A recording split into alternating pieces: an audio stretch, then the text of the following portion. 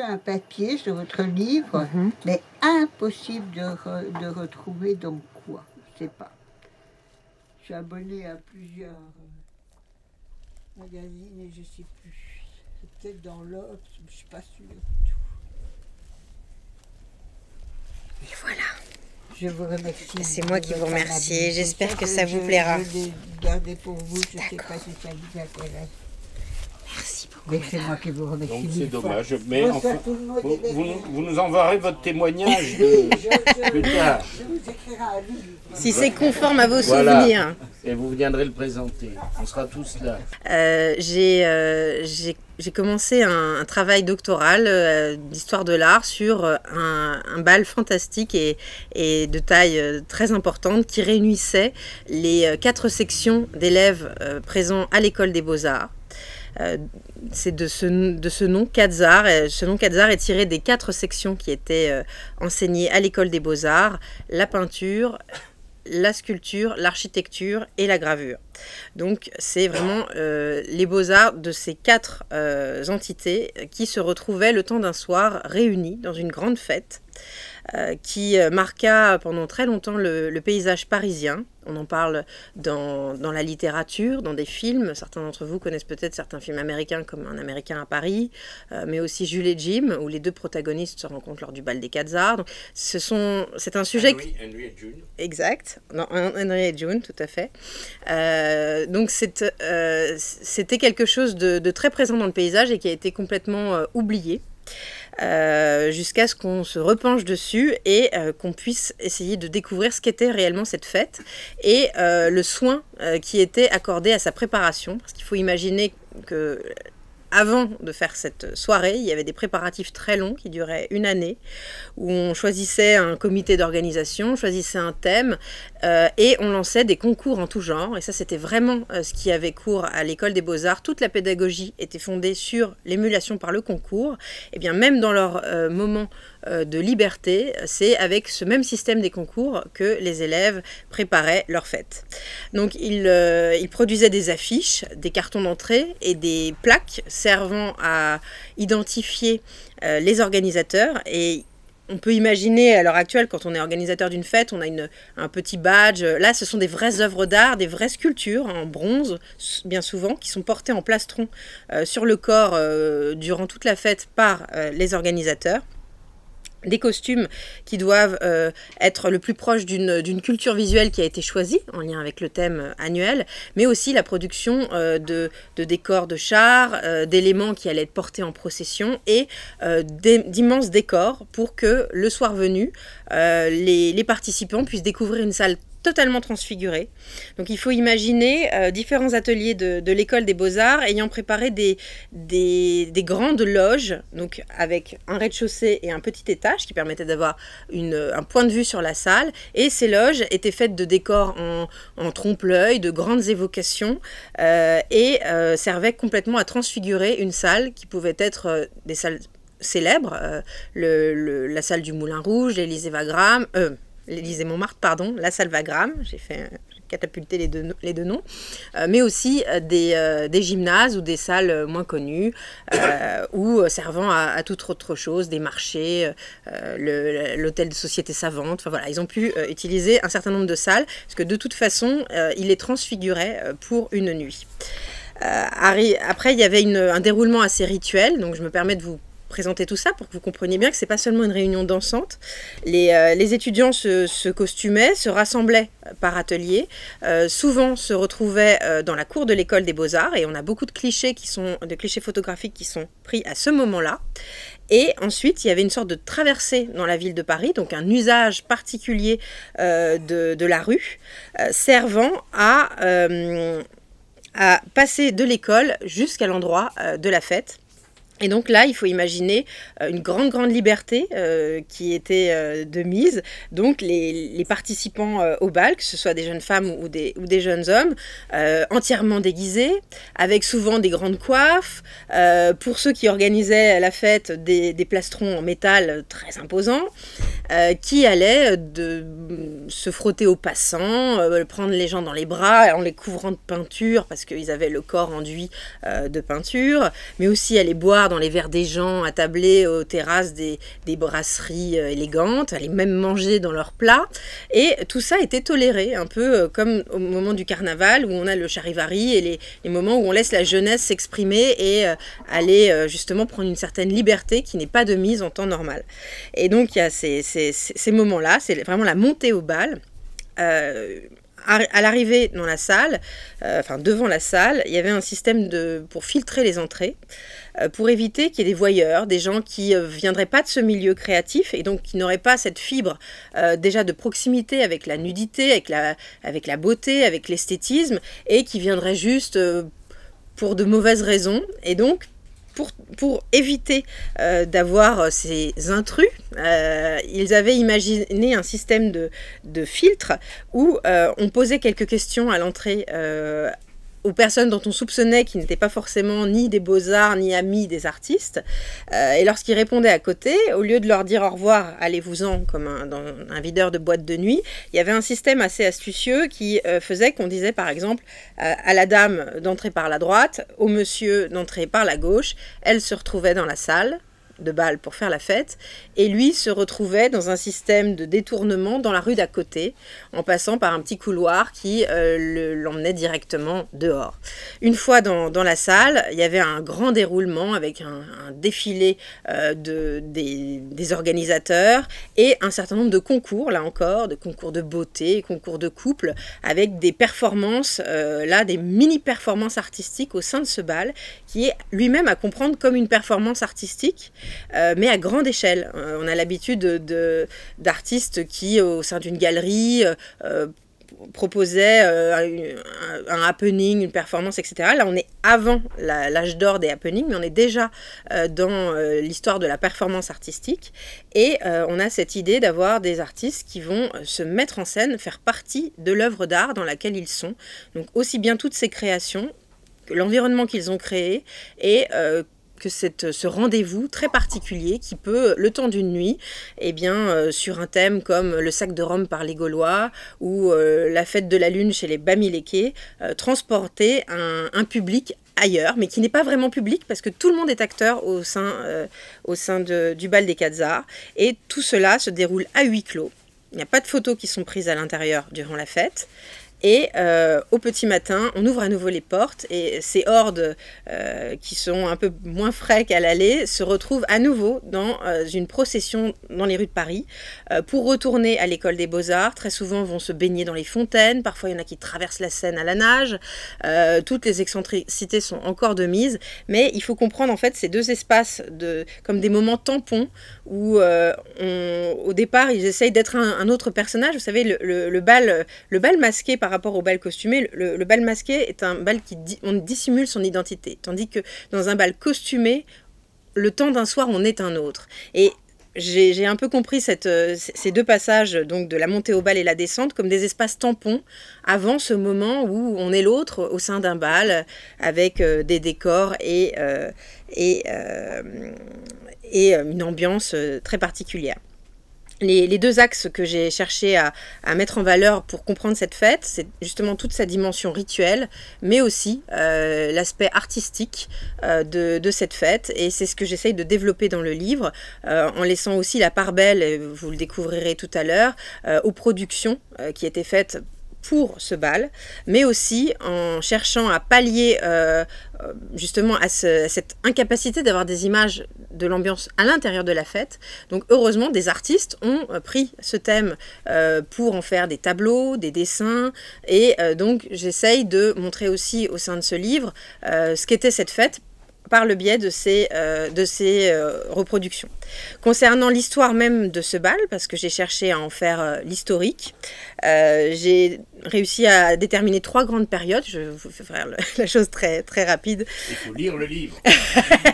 C'est d'abord une fête qui n'a pas encore de thème, donc les ateliers en fait choisissaient une thématique par atelier, puis on arrive à organiser un bal avec des thèmes, juste une période chronologique qui va être choisie, l'indentique par exemple, et puis au fur et à mesure des années on va vraiment rétrécir le goulot d'étranglement et de donner un thème très précis de l'histoire comme pour faire une sorte de tableau d'histoire reconstitué avec vraiment des indications très précises pour que tout le monde soit dans une grande cohérence dans l'organisation de cette fête pour produire tous les décors, les costumes, etc. Alors en fait, l'iconographie est en grande partie inédite. Il y a beaucoup donc d'affiches, de cartons d'invitation et d'images en tout genre représentant le bal, parfois signés par des grands artistes comme Yves Breyer, mais aussi des grands illustrateurs.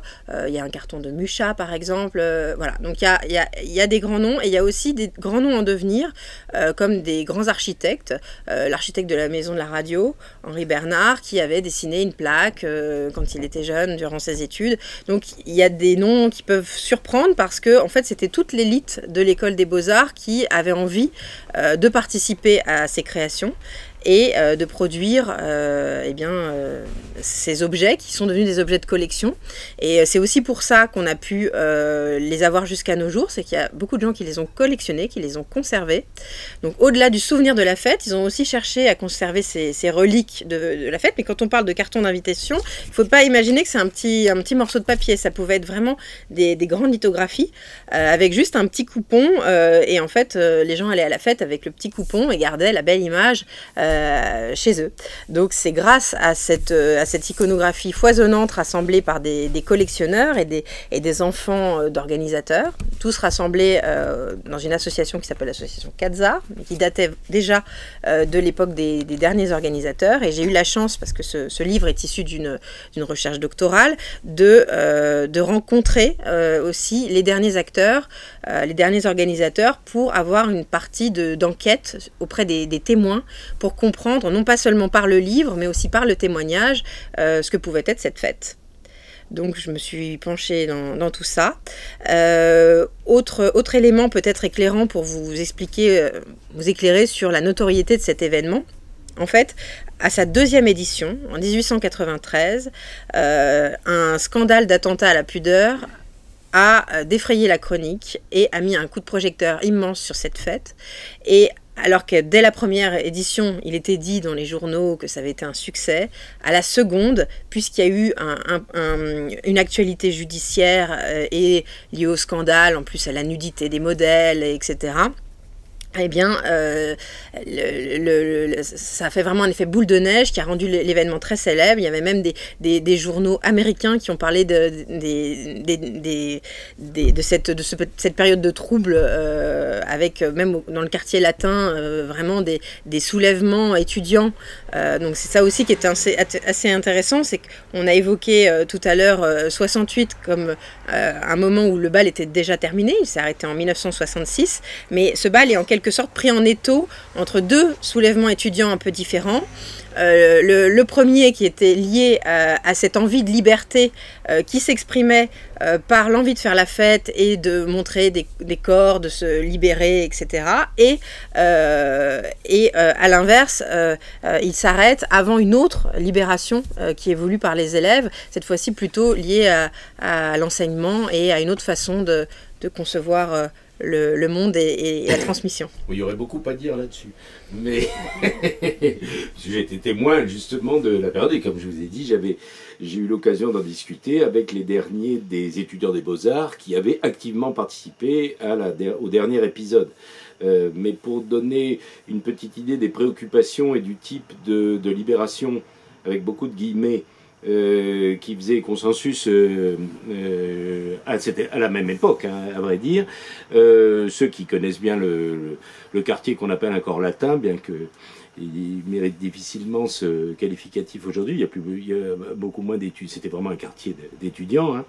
Et la passerelle dont j'ai oublié le nom, c'est la passerelle des Arts qui est juste en face.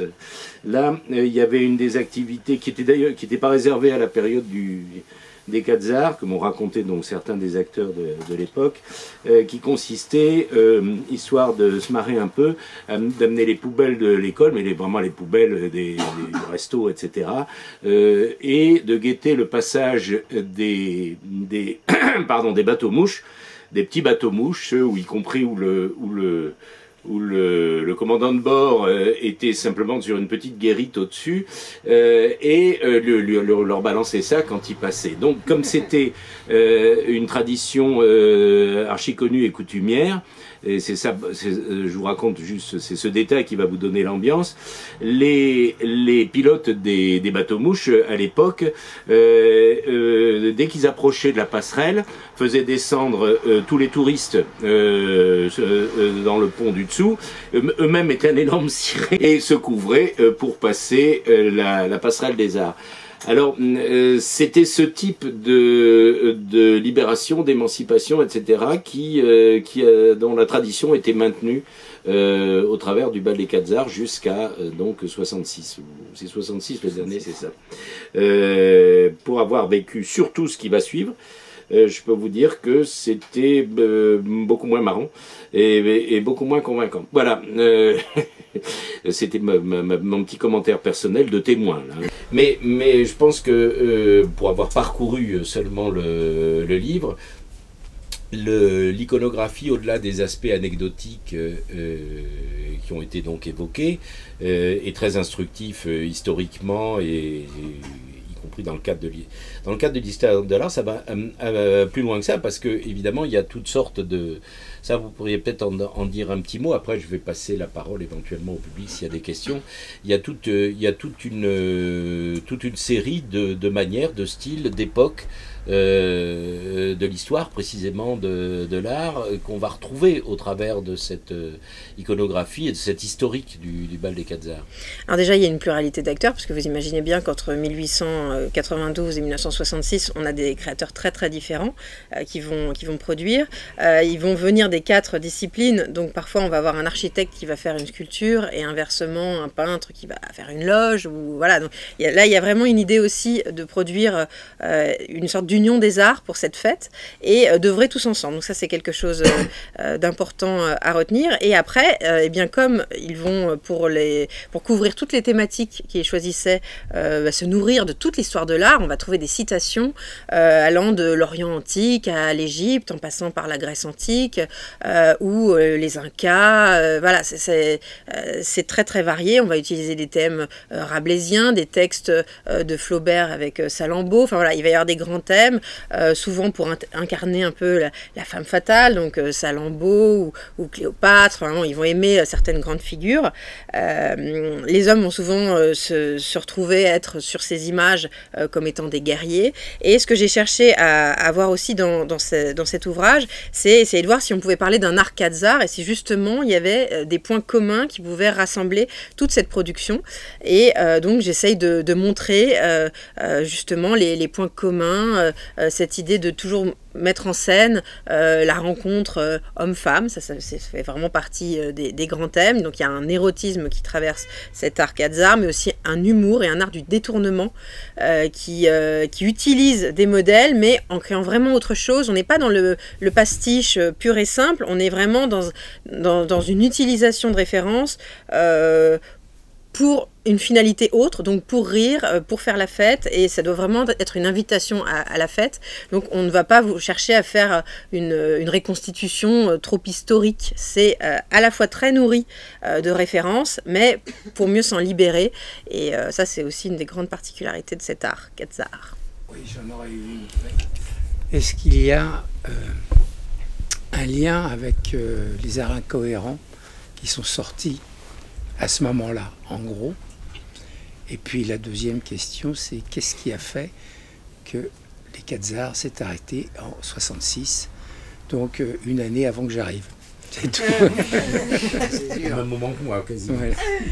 Alors concernant les arts incohérents, oui, j'évoque un peu la chose dans le livre, mais oui, en effet, il y a une filiation, notamment, les arts incohérents produisaient un bal, le bal des incohérents, qui est plus âgé, qui est plus ancien que le bal des Quat'z-Arts, mais on trouve les premières formulations qu'on trouve sur le Quat'z-Arts sont très proches de celles qu'on trouve dans les cartons d'entrée du bal des Incohérents, à savoir tout le lot d'interdictions, de dire qu'on ne va pas pouvoir s'habiller avec des habits du cycliste, l'habit noir, le domino, etc.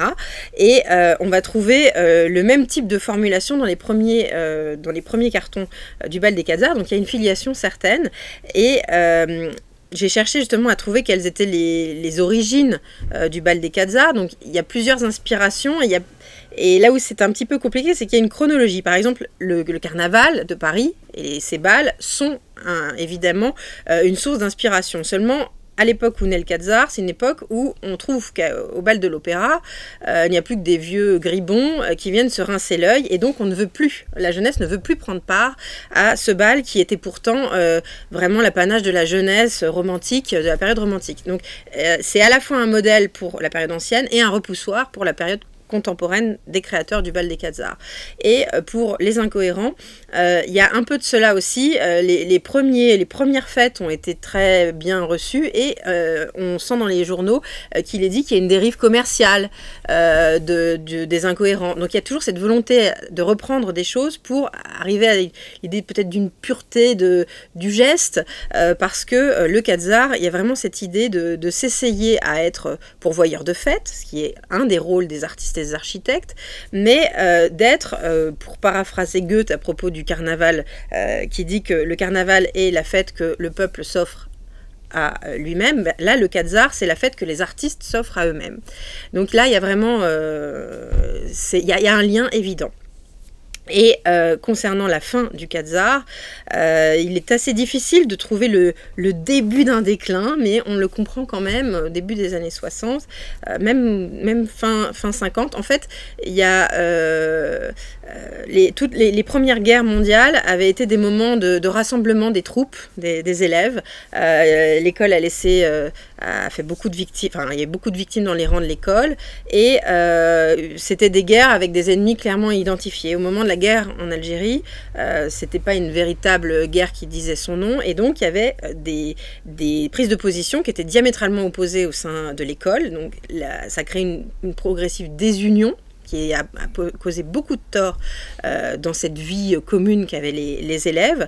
Et parallèlement à ça, on peut imaginer que c'était aussi la culture jeune qui commençait à poindre. Donc le fait de passer un an à produire une fête intergénérationnelle en plus était un petit peu moins à l'ordre du jour. Plus difficile de circuler dans Paris, on interdisait les charrettes à bras dans les rues. Plus difficile de trouver des polices d'assurance. Et autre problème, cette fois-ci, il y a un traumatisme interne à l'école. Il y avait d'autres grands rendez-vous, d'autres grandes fêtes à l'école des Beaux-Arts. Le gala, qui était la fête officielle, donc le bal des Quat'z-Arts, qui était carnaval délirant, et la fête du Rouge-Vin, balade du Rouge-Vin, qui était une sorte de carnaval de rue, où après les épisodes d'une épreuve donc de concours qui s'appelait le concours Rouge-Vin, concours de fondation, on reprenait le thème du concours, mais pour en faire des chars gigantesques qui étaient brûlés devant le Panthéon. Et dans les préparatifs de cette fête, la balade du Rouge-Vin, il y a eu un accident mortel. Ils utilisaient d'ordinaire des tubes de carton dans lesquels ils faisaient péter des pétards. Et une année, ils ont utilisé des gouttières.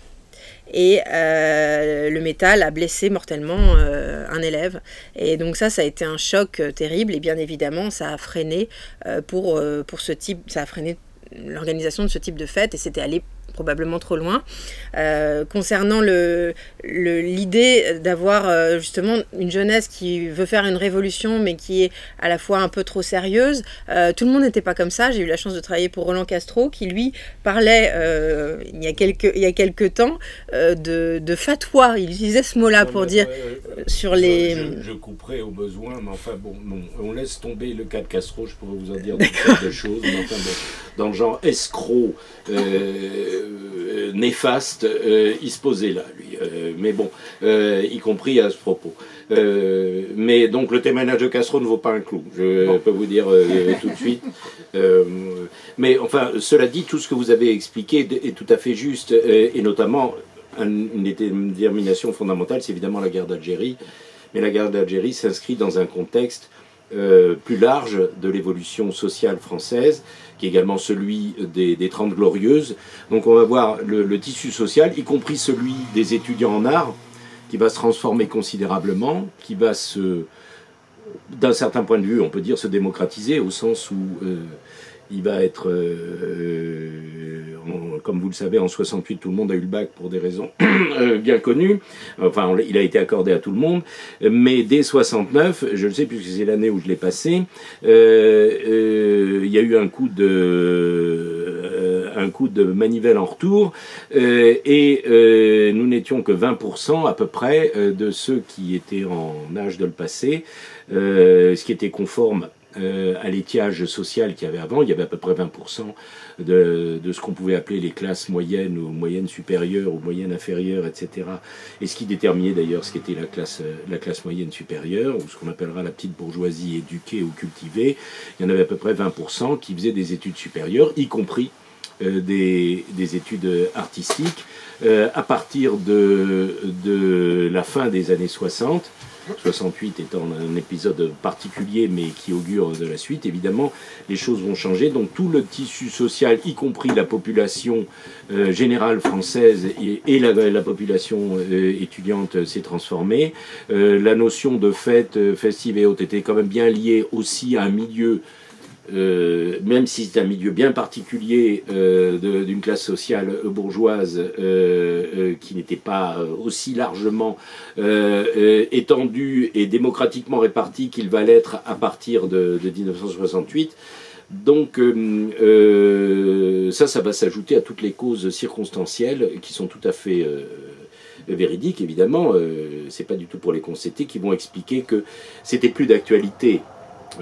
Tout simplement, c'était plus le genre de choses en plus que le public auquel c'était destiné attendait par-dessus le marché. Et c'est un moment où le conformisme bourgeois, qui est très important en matière de choix et de marché esthétique, comme tous les artistes le savent très bien, s'est transformé considérablement. Et avec des prétentions justement de bouleversement, de marginalité révolutionnaire, etc., qui étaient en réalité d'un consternant conformisme régressif, contrairement, comme d'ailleurs l'arrêt du bal des 4 arts en fait la démonstration empirique.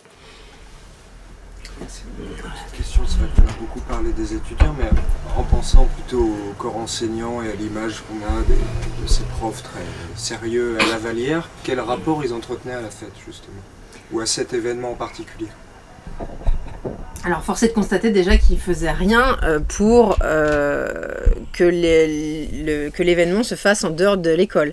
Parce que même si la fête n'avait pas lieu au sein de cette école, elle se préparait dans les ateliers de l'école, on se déguisait, on se retrouvait dans les ateliers de l'école, et le lendemain, on retournait à cette école. Donc, si jamais on avait voulu vraiment se mettre en marge et interdire la fête, il n'aurait pas été possible de se réunir dans cette école. Donc c'était d'une certaine façon plus que toléré, mais c'était aussi un rempart parce que tout ce qui s'y passait, l'école n'était pas responsable, c'était un comité d'élèves qui organisait la chose, donc on pouvait aucunement demander à l'administration de l'école ou à la direction de rendre des comptes dans le cas de problèmes éventuels dans le cadre de cette fête. Donc ça c'est quelque chose d'évident. Et ensuite, il y avait d'anciens élèves, donc parfois des professeurs, qui se mêlaient, bien sûr, à ces fêtes de la jeunesse. Il y avait aussi des grands créateurs. Vous connaissez probablement le couturier Paul Poiret, qui lui-même était un grand organisateur de fêtes et qui aimait énormément aller au bal des 4 arts. Il se déguisait avec ses propres costumes, etc. Donc même lui, qui n'était pas de la génération des gens qui faisaient la fête, se mêlait parce qu'il avait cet esprit commun, alors même qu'il était célèbre et qu'il était un grand créateur de costumes. Autre grand créateur qui s'est formé dans les rangs de l'école des Beaux-Arts, Paco Rabanne, qui portait pas encore ce nom-là, lui était dans les ateliers d'architecture de l'école, et en fait toute sa carrière fondée sur la création de costumes en matériaux non textiles, Donc il a utilisé des disques, des plaques de métal, etc. Mais en fait, c'est quelque chose qu'il avait déjà expérimenté durant le bal des 4 arts, où il avait fait un costume, cette fois-ci pour lui-même, en tant qu'élève, comme les autres, mais déjà très créatif et ayant envie de se donner dans la création de costumes, très architecturés. Il avait fait un châssis pour avoir des grandes ailes d'aigle, et il avait, sur ce châssis, installé des miroirs. Donc c'est déjà du Paco Rabanne, alors même qu'il n'est pas encore créateur de vêtements pour la mode. Donc c'était aussi un ferment très important, et c'est des choses qu'il faut avoir en tête parce que c'était un moment aussi très important pour la création. Cette idée d'être plongé dans une atmosphère particulière avec tous ces costumes, cette ambiance, la fumée, la lumière, produisait des effets sur les créateurs, des visions, la vision d'un peuple passé qui là tout à coup se met à ressurgir. Je sais pas, sur les cartons d'entrée on peut voir des personnages comme on les retrouve sur des vases grecs. Et bien le temps de la soirée on peut avoir des Grecs qui se mettent à danser, et ça c'était aussi une direction qui était poursuivie très souvent dans vous savez qu'on étudiait le dessin d'après le modèle vivant, d'après les tissus, donc la nature morte mais parfois même un morceau anatomique, mais aussi d'après les antiques. C'était les 3 grandes directions qui étaient données au dessin, et très souvent il revenait l'idée que ce qui était dommage c'était qu'on n'avait pas de cours d'après le nu en mouvement. Eh bien, le bal des 4 arts, le temps d'une nuit, on pouvait voir des corps évoluer avec cette idée de chorégraphier les choses. Il y avait beaucoup de modèles qui prenaient part. Donc cet art de la pose, qui était si important dans les études, se trouvait magnifié le soir du bal. Oui, moi je me demandais justement qui étaient les femmes en fait qui étaient présentes dans ce bal, parce qu'à l'école, elles constituaient même pas 1% des étudiants, enfin des élèves. Donc est-ce que c'était les modèles qui posaient, ou est-ce que... Très bonne question. Alors oui, ça c'est vrai qu'il y avait très peu de femmes qui étaient à l'école des Beaux-Arts. Les premières à avoir voulu entrer dans les ateliers d'architecture, on leur a dit vous pouvez venir aux cours magistraux, mais venez surtout pas dans l'environnement de l'atelier, parce que c'était un environnement très masculin avec des codes très particuliers. Donc les réticences premières étaient celles-là. En revanche, on a voulu assez tôt, parce que dans les périodes on n'est pas au 19e siècle, là, on avance un petit peu, on a voulu assez tôt faire un atelier pour les femmes.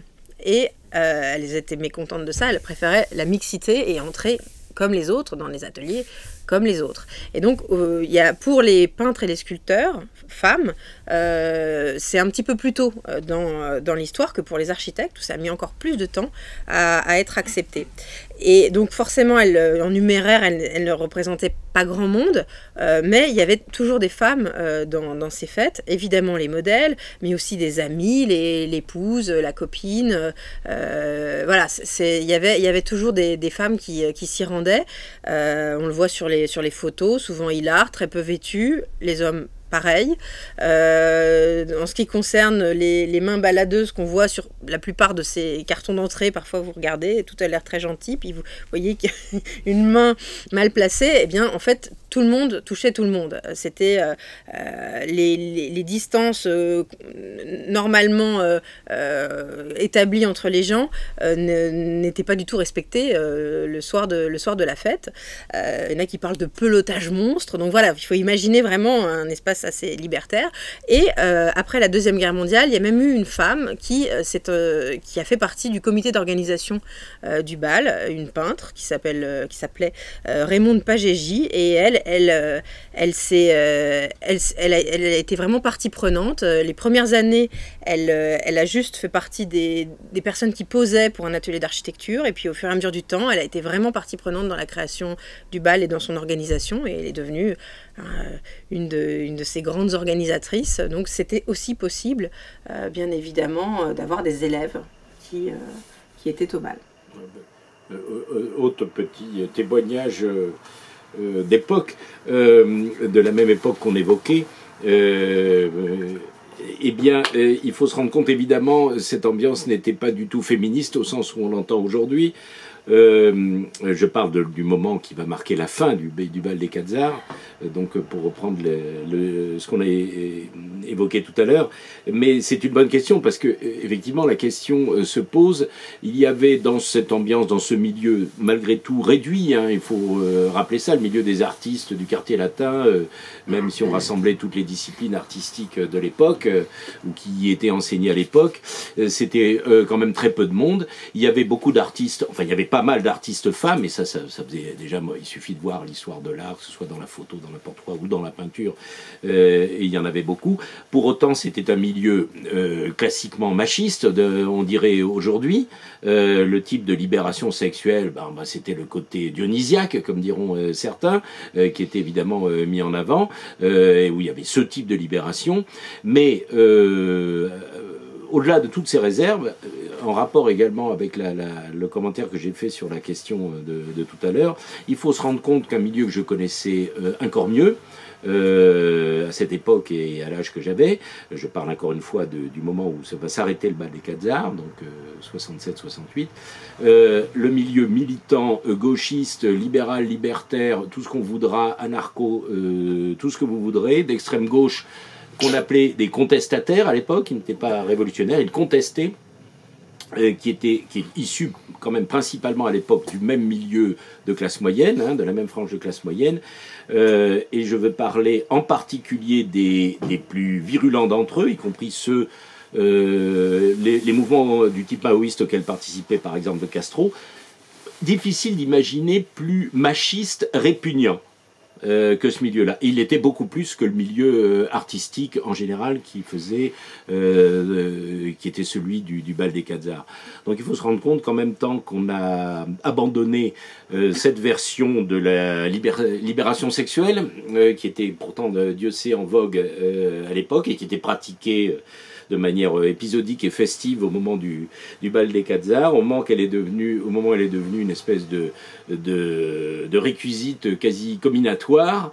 Ses promoteurs, ses principaux promoteurs étaient loin d'être dans la ligne des féministes actuelles, on va dire, et autres mouvements du même type. Ils correspondaient à peu près au pire des stéréotypes, comme on dit, machistes, et à un point particulièrement aggravé, et en particulier dans le milieu dont je ne reparlerai pas, des personnes dont nous avons évoqué le souvenir tout à l'heure. Mais oui, moi j'y ai vu au contraire un espace de libération sexuelle pour les femmes avant la dite libération sexuelle, parce qu'en fait les fêtes, d'ailleurs comme le carnaval, hein, il n'y a rien de nouveau finalement, mais là c'est une sorte de conservatoire du carnaval dans un milieu donné, permettait une fois par an d'avoir un vrai espace de liberté et de proximité où tout était possible, mais tout le monde n'allait pas chercher la même chose au bal des Quatre Arts, donc ça il faut aussi l'accepter. Donc moi j'y ai vu au contraire un espace possible de liberté à une époque où... Ah oui, mais pour le bal des Quatre Arts, c'est très vrai du bal. Là j'ai expliqué, il y avait, c'était la réponse aux deux questions, enfin un commentaire sur les deux questions. En gros, et les femmes dans ce contexte-là, dans ce contexte bien particulier, aussi bien social, historique, professionnel, on va dire, et artistique, et les femmes, et pourquoi, alors que justement le bal des Quatre Arts était porteur de ces valeurs, comme on dit aujourd'hui, comme disent les journalistes, eh bien il va être abandonné précisément. J'en viens donc à la question de monsieur. Effectivement, ça peut apparaître comme un paradoxe, mais ça ne l'est pas pour toutes les raisons qu'on vient d'évoquer, et notamment que du point de vue des rapports sexuels, enfin des relations entre les genres, comme on dit aujourd'hui, le type de libération, si on peut dire, qui était sollicité, de libération sexuelle, pour dire les choses simplement, était lié au fait qu'elle avait été acquise.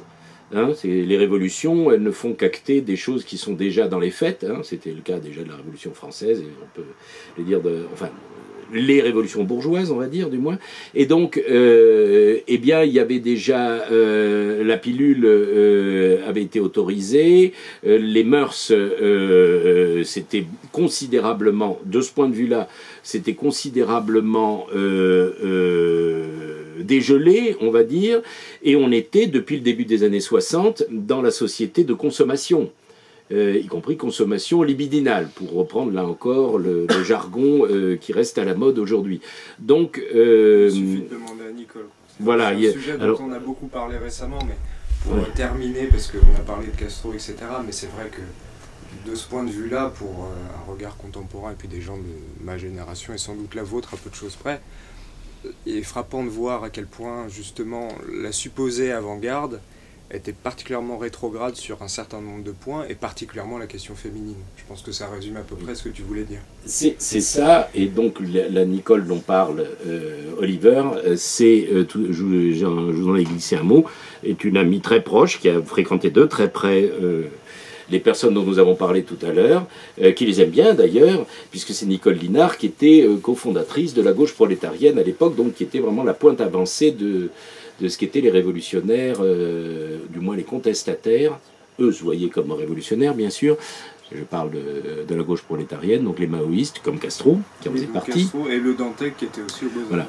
Donc tout ça, c'est pour dire qu'il y a une relation et que ce que nous appelons une contradiction, qui pourrait apparaître comme un paradoxe, et qui explique parfaitement le fait que, à mon avis, c'est des bonnes questions qui ont été posées, vous avez un excellent public, eh bien, la réponse n'est pas du tout celle qu'on vous sert depuis une cinquantaine d'années, y compris les vedettes et les héros de la période, et je ne vais pas répéter encore une fois le nom, les noms, etc. Donc il faut bien se rendre compte de ça, c'est que là, on vous a entretenu quand même dans des fables, pas du tout ce que nous a expliqué Isabelle Comte, qui est un superbe travail historique authentique, mais quant aux explications sur justement comment cette tradition, à la fois esthétique, culturelle, sociale, bien particulière et a priori tout à fait gratifiante, s'est éteinte au moment où précisément les gens revendiquaient de l'étendre, de l'élargir.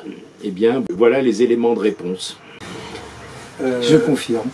Est-ce que le bal des 4 arts a influencé d'autres fêtes? Est-ce que ça a fait des petits, cette grande cérémonie?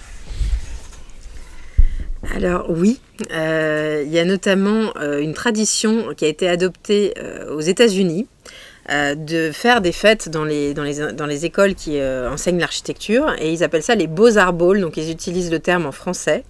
Eux se souviennent très bien que c'est en lien avec ce bal français, et j'ai cherché à comprendre un peu le moment où ça apparaissait là-bas. On sait qu'il y a eu une époque où beaucoup d'Américains sont venus se former aux Beaux-Arts de Paris, notamment au tout début du XXe siècle, et puis finalement après ils viendront plus, mais ils exporteront le modèle de l'atelier, et dans leurs ateliers et dans leur école, importeront un certain nombre de choses prises à Paris. Et en fait, j'ai vu qu'ils avaient commencé à organiser les Beaux-Arts Balls au moment de la prohibition aux États-Unis. Donc je pense que c'est parce qu'ils avaient connu cette liberté parisienne qu'ils ont cherché à réacclimater, dans la mesure de ce qui était possible de faire aux États-Unis, au moins de retrouver cette idée de créativité autour d'un thème, de tous ensemble créer des choses visuellement intéressantes, mais ils en ont fait quelque chose de plus édulcoré, plus à l'américaine. Et il y a notamment eu un bal des 4 arts à Honolulu, donc à Hawaï, que j'aimerais beaucoup étudier plus en détail. Et là, ils se déguisaient en poisson. Enfin voilà, il y avait une autre dimension qui était donnée. Mais voilà, il y a vraiment eu une importation de ce type de fête. Et ça continue encore de nos jours là-bas. Donc ça, c'est quand même quelque chose d'intéressant. Et pour finir, oui, autre centre important pour l'enseignement des arts, Londres. Ils ont aussi vu ce phénomène Quat'z-Arts qui naissait à Paris, et avec ce charme britannique, disaient nous sommes autant amusants qu'eux, nous pouvons aussi faire un bal. Et ils ont le Chelsea Art Club, donc qui est un club d'artistes londoniens, a lancé le bal des 3 arts, le 3 Art Ball, et donc essayé de faire une sorte de bal concurrent, mais aussi clin d'œil de l'autre côté de la Manche à cette fête. Et là encore, une somme de grandes fêtes organisées dans des grandes fêtes comme le Royal Albert Hall, donc des grandes fêtes dans des grandes salles anglaises, qui seraient aussi très intéressantes d'étudier plus en détail, parce que c'est pas encore fait. Après 68, dans les unités pédagogiques les plus conservatrices, il n'y a pas eu de volonté de perpétuer ça. Je pense à UP2, UP4, celle qui était plutôt dans la continuité avec le modèle Beaux-Arts. Alors, en fait, il était aussi très facile d'organiser des fêtes à l'échelle d'un atelier ou de 2 ateliers, donc on appelait les pince-fesses, qui étaient souvent déguisés, souvent avec un thème, mais ça n'avait pas l'ampleur du bal des 4 arts, et surtout, ça n'avait pas cette fonction que j'estime centrale d'unir les arts. C'était une des volontés des Beaux-Arts, c'était de créer l'union des arts. Ils avaient cherché à trouver des cours qui étaient basés sur l'étude du dessin et qui permettaient de faire travailler les uns avec les autres et d'avoir cette grammaire commune qui est celle du dessin. Et donc ça, ça n'est pas exactement le cas lorsqu'on a une fête, même si elle peut rassembler plusieurs centaines de personnes, parce qu'il y avait des ateliers qui étaient très gros et qui pouvaient faire des fêtes intéressantes, et voilà. Mais ça n'avait pas l'ampleur et surtout pas la signification qu'avait le bal des 4 arts. En revanche, ils ont cherché à organiser un nouveau bal des 4 arts, un bal aztèque qu'ils ont appelé Aztecazar, et le bal n'a jamais eu lieu parce qu'ils ont fait appel à une personne extérieure qui devait les aider à organiser. Donc il y avait cette idée aussi. Un coach. C'était plus quelque chose d'entièrement qui partait du bas. En fait, ils avaient un apport extérieur de quelqu'un qui était là pour les aider et qui est parti avec la caisse. Donc c'est resté un traumatisme énorme dans les ateliers, et tous j'ai eu des témoignages de personnes qui sont arrivées dans un atelier et qui voyaient que dans des placards, il y avait des costumes avec des plumes extraordinaires, et celui qui posait la question de savoir ce que c'était, en tant que nouveau qui avait le droit de se taire, il se retrouvait vraiment cueilli parce que c'était un traumatisme de tous ceux qui avaient donné de l'argent et du temps pour une fête qui n'a jamais eu lieu, et donc ça, c'est resté au point mort, et il n'y a pas eu de nouvelles tentatives. Il y a peut-être aussi une chose qui me semble assez évidente. Je ne vais pas vous faire l'injure de l'évoquer trop en détail, une historienne de l'art compétente, ce qui se fait rare aujourd'hui, mais nous en avons su quelques-unes ces derniers temps, comme vous pourrez le voir sur le site de la librairie.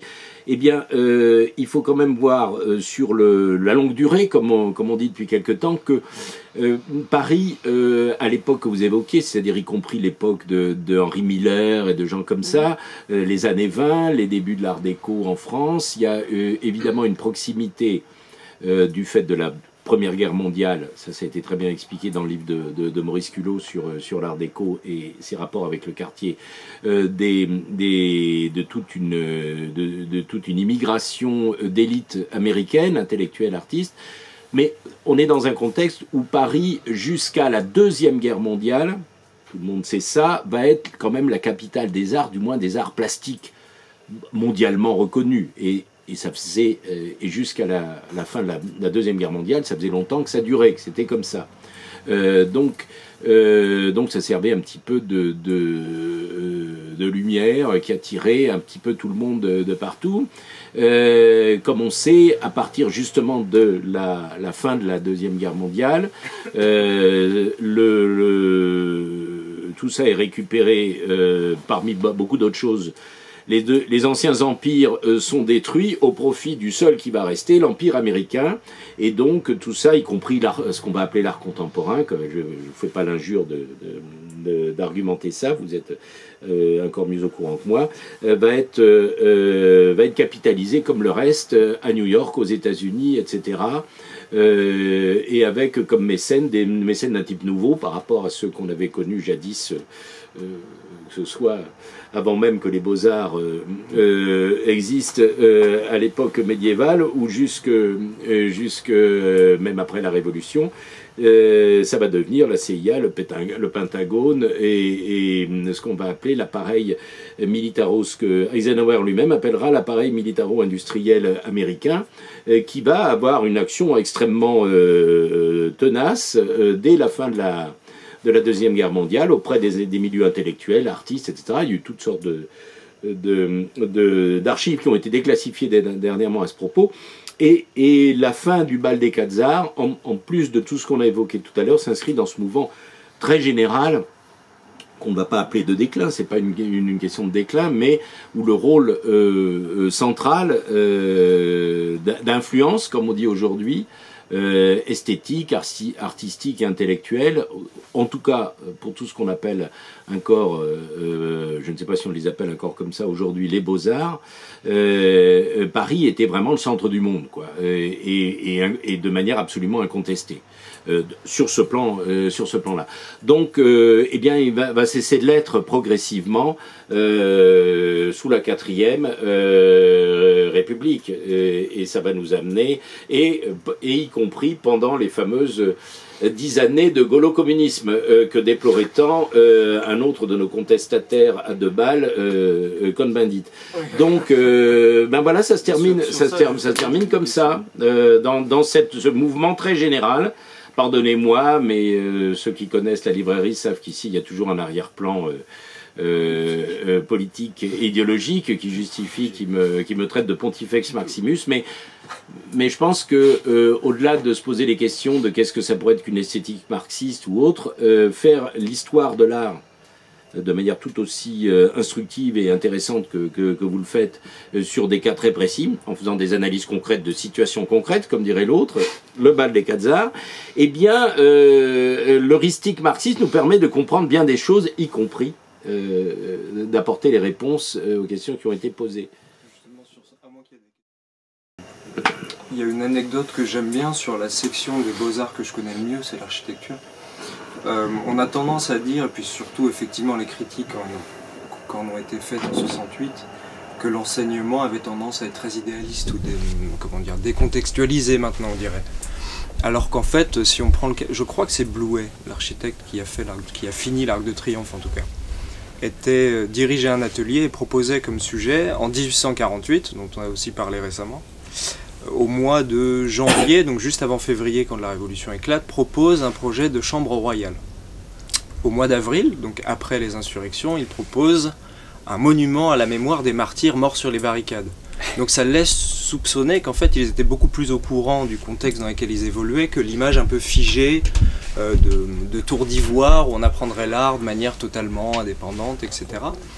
Et si je parle de ça, c'est parce que ça m'intéresserait de savoir si vous avez eu l'occasion, parce que vous avez consulté tout un tas d'archives privées, j'imagine, ou en partie des anciennes collections privées, si à travers les années successives, on ressent des phénomènes de mode qui sont en lien avec des événements contemporains, ou si il y a une sorte d'indépendance complète entre les deux, c'est-à-dire que le thème d'une année peut être influencé par un événement marquant, ou si finalement il n'y a pas tellement de rapport.